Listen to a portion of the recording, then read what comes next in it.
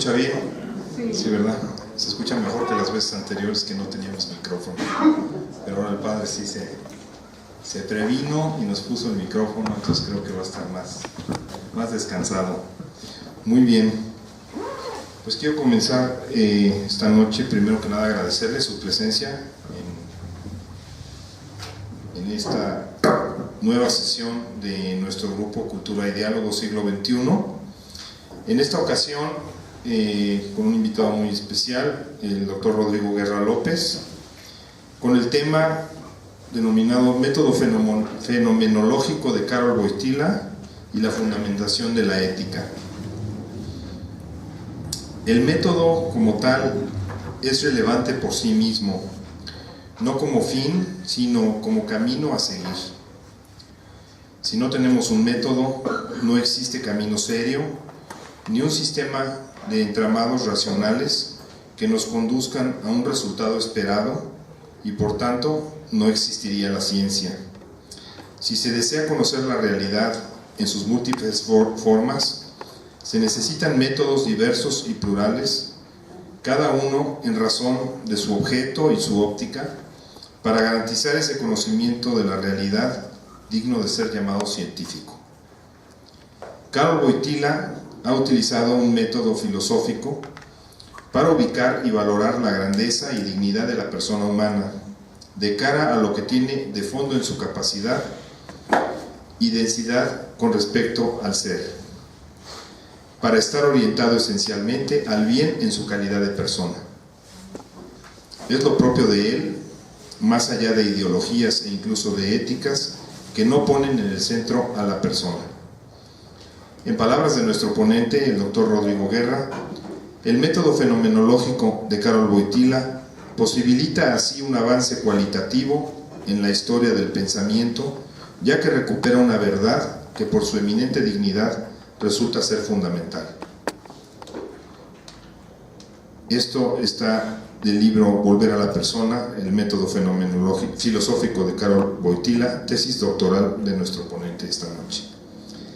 Procederé ahora a leer pues una parte de su currículum, porque tiene un currículum muy completo nuestro ponente.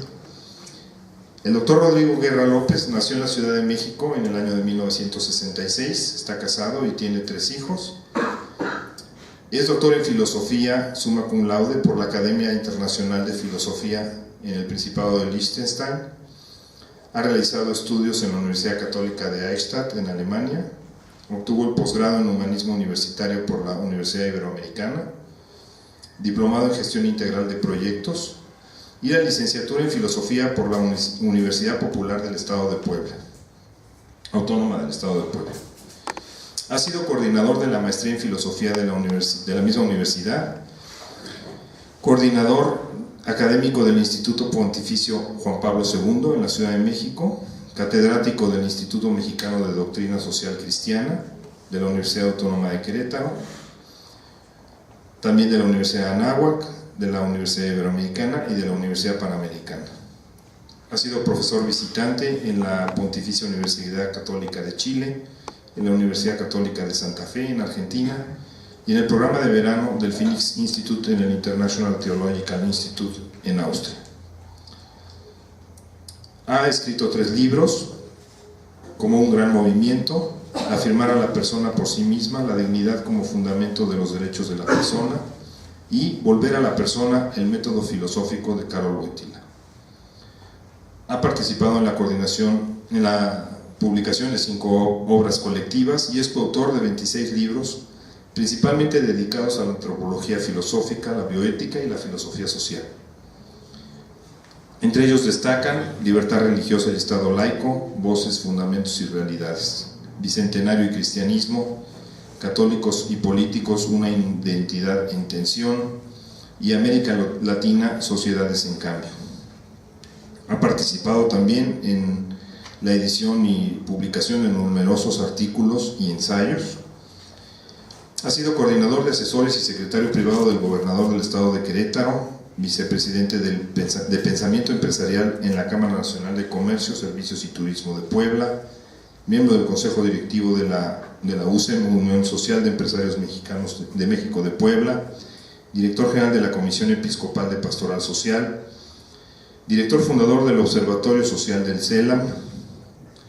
Actualmente es miembro del Círculo Latinoamericano de Fenomenología y del Centro Personalista Edith Stein. Miembro de la Karol Wojtyła Foundation, presidente de Cáritas Diócesis de Querétaro, miembro del Observatorio de Bioética de la Universidad Católica de Valencia, miembro también del equipo de reflexión teológica del CELAM y director del Observatorio Social de la Conferencia del Episcopado Mexicano. Recientemente ha recibido el nombramiento del Papa Benedicto XVI como miembro del Consejo Pontificio Justicia y Paz, y también es director general del Centro de Investigación Social Avanzada, CISAL. Pues, sin más de mi parte, le cedo el micrófono al doctor Rodrigo Guerra. Muchas gracias.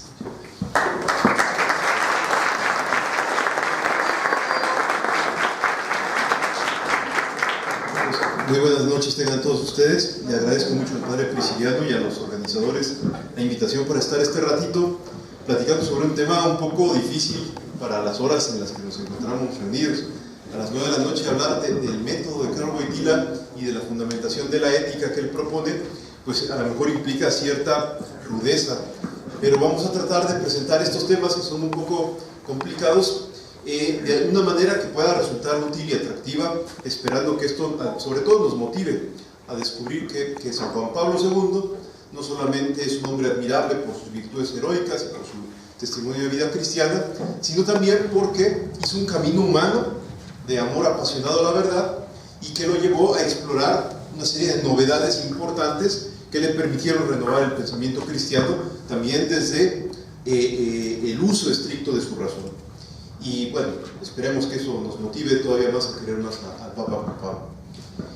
Un poquito tal vez el primer elemento de contexto que vale la pena tener presente para presentar este tema es que a finales del siglo XIX el Papa León XIII escribió un documento muy bonito en donde invitaba a todos los pensadores de la Iglesia Católica a renovar justamente el pensamiento, regresando al aprecio, al cariño, al estudio de Tomás de Aquino.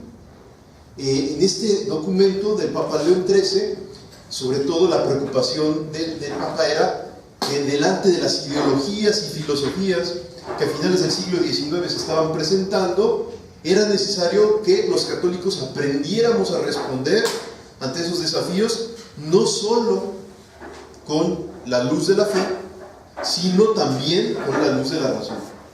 ¿Por qué? Porque el debate cultural que se estaba librando a finales del siglo XIX exigía no solamente hombres ciertos que tuvieran la certeza de que Jesús es Dios, sino también personas capaces de dialogar, de debatir en el espacio público con las herramientas que brinda la razón al margen de lo que pueda decir la revelación.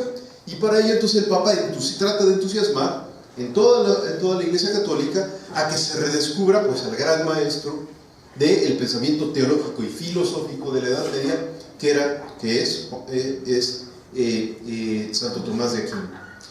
Este documento tuvo una gran trascendencia, realmente renovó el pensamiento católico en muchos espacios, se generaron nuevos centros de investigación y universidades que empezaron a cultivar no solamente a Tomás de Aquino, sino también al estudio de Tomás de Aquino en diálogo con los desafíos de aquella época, que eran la teoría de la evolución, que eran los nuevos descubrimientos en el ámbito de la física, que era también el desafío de ideologías como puede ser el marxismo que comenzaba a extenderse por toda Europa.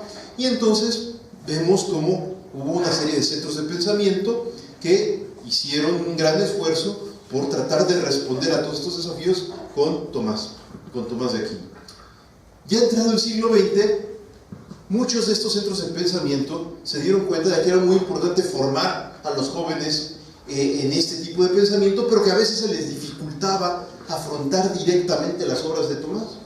Y entonces empezaron a surgir una serie de manuales que trataban de ordenar de manera sistemática el pensamiento de Santo Tomás en distintas materias, en el diálogo con la filosofía, con la ciencia, digámoslo así, de la naturaleza, con la física, con la química. Entonces surgieron los manuales de la llamada cosmología o filosofía de la naturaleza. En el ámbito de lo que quieran, ¿no? De la antropología, la antiguamente llamada psicología filosófica, pues también surgieron manuales tomistas que trataban de resumir y presentar de una manera como ordenada, didáctica, el pensamiento de Santo Tomás. Y también vino el momento en el que aparecieron los manuales más o menos de inspiración tomista en el ámbito de la moral. ¿Por qué comento esta historia? Porque esta historia que indiscutiblemente, este primer elemento indiscutiblemente ayuda a ubicar un contexto de redescubrimiento de Santo Tomás y de una respuesta que la Iglesia tiene ante ciertos desafíos, también tuvo un riesgo y un problema.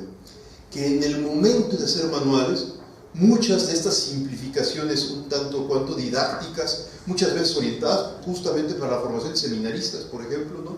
En las universidades romanas de principios del siglo XX empezaron a aparecer monografías, manuales muy célebres, pero al momento de meter toda esa riqueza doctrinal dentro del manual, muchas veces se perdían argumentos importantes, muchas veces se privilegiaba el orden de la exposición, es decir, el orden del sistema que se pretendía exponer sobre la realidad viva sobre la cual en teoría se basaba el sistema. Y entonces, en otras palabras, surgió una especie de acartonamiento en algunos temas y en algunos problemas. Justamente Karol Wojtyła nace en 1920, como todos sabemos, nace en un pueblito muy modesto, ¿no? Cerca de Cracovia, que se llama Wadowice, y él pierde a su madre muy joven, luego pierde a su hermano mayor, queda solo con su padre. Cuando está prácticamente a nivel de preparatoria, viene la invasión de los rusos que invaden Polonia, de los nazis que invaden Polonia. Luego vendrá la liberación de Polonia por parte de los soviéticos. Entonces todo ese escenario turbulento colocará a Wojtyła en un momento pues, muy especial de la historia de Europa, y le permitirá poco a poco, a partir de ciertos problemas personales, de ciertos desafíos sociales, descubrir que Dios lo llamaba al sacerdocio, y un buen día, después de haber perdido a su padre, ingresa al seminario clandestino. Esto que significa que no ingresa a un seminario como los que nosotros conocemos, una casota ahí con cuartitos y seminaristas con sotana, sino lo que ingresa es un programa en donde los seminaristas del seminario clandestino las mañanas trabajaban en distintas cosas, fingían que eran, digamos, laicos normales, y en las noches, de manera escondida, se reunían en algunos lugares de Cracovia. Por ejemplo, a Wojtyła le toca reunirse en la casa del arzobispo, muy discretamente, a recibir los primeros elementos de formación espiritual, filosófica y teológica propios de la educación seminarística. Y es ahí donde Wojtyła se topa con sus primeros manuales, con manuales de cierta tradición tomista. Los empieza a estudiar, y él mismo cuenta en uno de los relatos autobiográficos que André Froissart publicó hacia los años 80, que esos manuales le costaban un gran trabajo, porque eran a lo mejor muy perfectos, digamos, en el orden expositivo, pero él no lograba encontrar cuál era el anclaje vital de esos manuales, es decir, de dónde surgían todas esas reflexiones, a lo mejor teóricas tan potentes, pero cuál es la vida que los inspira. Es decir, ¿dónde está el punto de partida?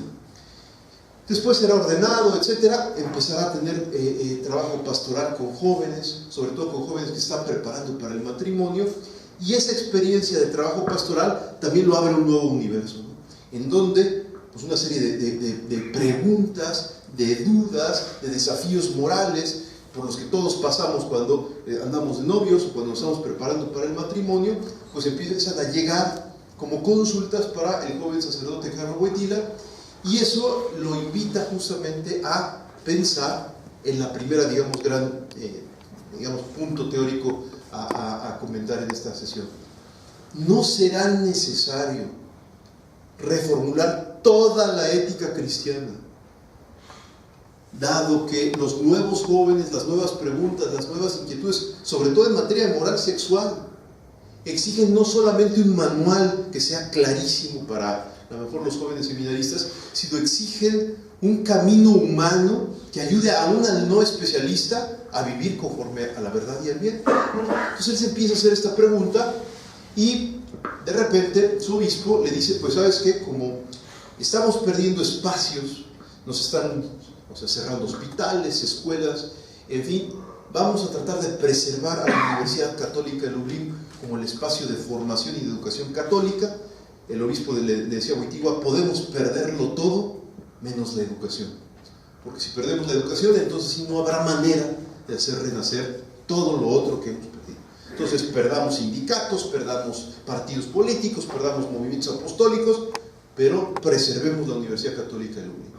Y entonces le dice el obispo a Wojtyła, tú tienes que poder dar clase ahí, pero para dar clase necesitas un doctorado no de teología, sino un doctorado que te acredite ante la gran sociedad, no solo como teólogo, sino como un profesor que pueda impartir materias humanísticas, pues a ingenieros, a arquitectos y por supuesto también a filósofos.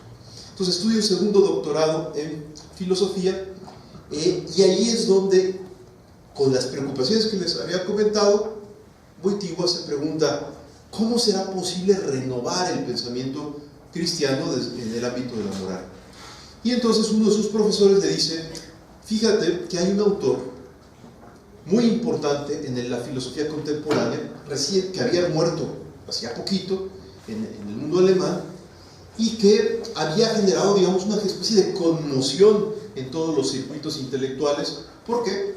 Porque justamente ofrecía un método que trataba no tanto de serle fiel a un sistema, no tanto de serle fiel a un autor o a una tradición, sino de serle fiel a las cosas mismas.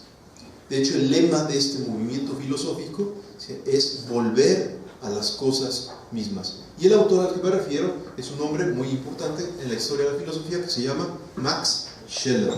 Max Scheler. Max Scheler era un filósofo que estaba dentro de la atmósfera del movimiento llamado fenomenología. Y justamente Max Scheler, a través de sus libros, trataba de invitar a que, dejando todo tipo de prejuicios, dejando todo tipo de fuentes de autoridad, tratando de volver a escuchar atentamente la voz de la realidad, la gente aprendiera a pensar por sí misma y ofrecer una explicación racional y razonable sobre la realidad, entre otros ámbitos, en el ámbito de la moral. Scheler escribió un grueso libro que se llama Ética, simplemente, y que es muy, muy importante porque permite redescubrir algunas cosas que a Wojtyła le van a fascinar. ¿Como cuáles? Primero, el que a la hora de hacer auténtica filosofía o auténtica moral, claro que hay que estudiar a los grandes autores, pero jamás los grandes autores deben de sustituir el propio esfuerzo por descubrir la verdad. En otras palabras, dicen, esto es leyenda, ¿no? Dicen que Wojtyła les comentaba a sus alumnos medio en broma y medio en serio, un poco irónicamente, porque había muchos alumnos que él tenía en la Católica de Lublin que eran como seguidores de Tomás de Aquino, pero digámoslo así, manualísticamente, memorísticamente.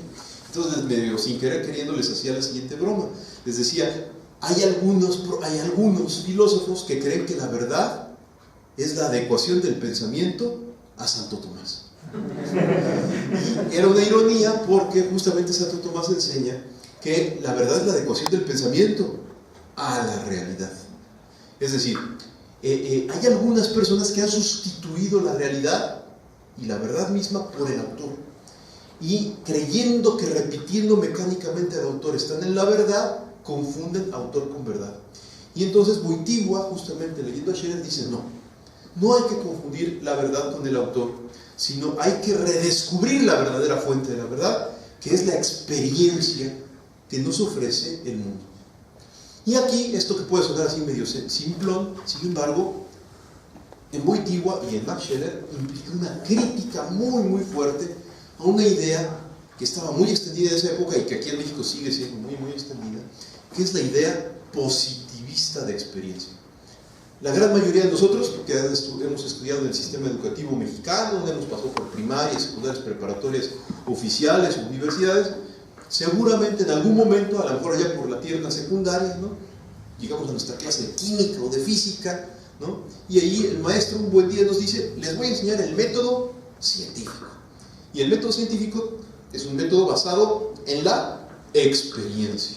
Y entonces ahí, sin querer queriendo, se nos introduce en la idea de que experiencia es solamente el conjunto de datos que nuestros sentidos pueden captar. Es decir, que experiencia es lo que yo puedo tocar y ver y meter en un atrás y pesar en una báscula y nada más. Entonces, serle fiel a la experiencia bajo el ángulo cientificista o positivista que dominaba a principios del siglo XX y que sigue dominando lamentablemente en muchos espacios en México. Serle fiel a la experiencia es serle fiel a lo observable, a lo captable con los sentidos.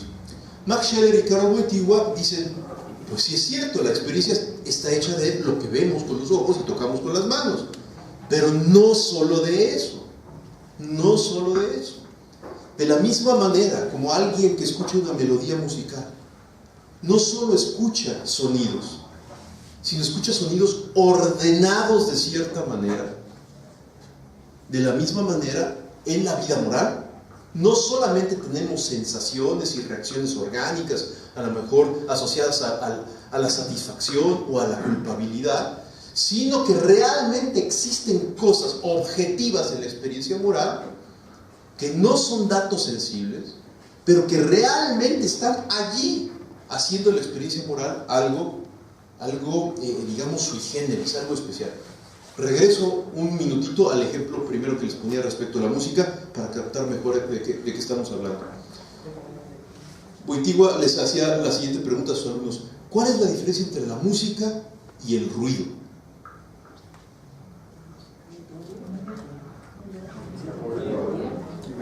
Pues de repente, si comparamos los elementos puramente sensibles entre la música y el ruido, vamos a encontrar que no hay diferencia,